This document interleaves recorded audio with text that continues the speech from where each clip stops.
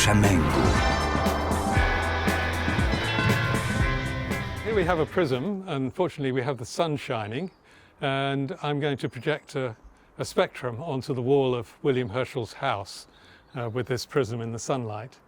So I'm holding the prism up in the sun and I'm moving the spectrum around and we can see it. And I think you can see the extension into the blue, the broad blue section, and the somewhat narrow red section, and it was the narrow red section that he was most interested in for looking at the increase in temperature in his thermometers. And the reason he was doing this investigation was that he was trying to look at the sun without damaging his eyes. So he wanted a way of filtering out the heat radiation coming from the sun. And so he was investigating different kinds of glass filter that he could use to remove the heat.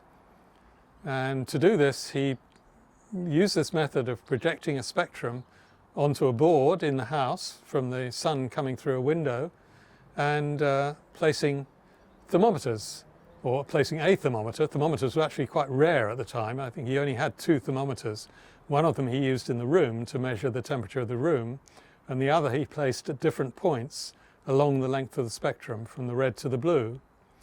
And at one point he had his thermometer slightly beyond the red end of the spectrum, and he fortuitously noticed that that was the highest rise in temperature that he was detecting all the way along the spectrum.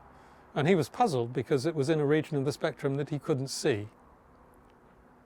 So he called it invisible radiation. The heat that we get from the sun comes from the visible radiation, which is very intense, interacting with the skin and making the skin warm, which then emits this longer wavelength infrared radiation. Some of it escapes and some of it gets transmitted into the body.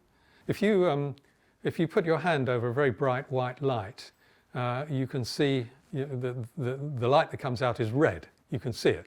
You put a light behind your fingernail, under your finger, and you can see the red coming through. So there's a band of wavelengths between the red and the near infrared where the body is very transparent. Beyond this, the water in your body absorbs very strongly. So the infrared radiation then can heat water, but it can't get through the body. So a lot of the medical applications of infrared radiation are in this, well, essentially all of them I think are in this band, except the ones where you use infrared laser to burn things specifically to treat parts of the skin and so on. But the therapeutic effects of the infrared are in this band of near-infrared radiation. When you build a heater that emits longer wavelength infrared radiation, like a campfire, you receive directly that longer wavelength radiation, which you feel as heat. So it's a direct way of receiving heat radiation. It's a very natural form of heating because that long wavelength infrared radiation does penetrate into the body and it can heat. You feel very comfortable when you're sitting around a campfire, for instance.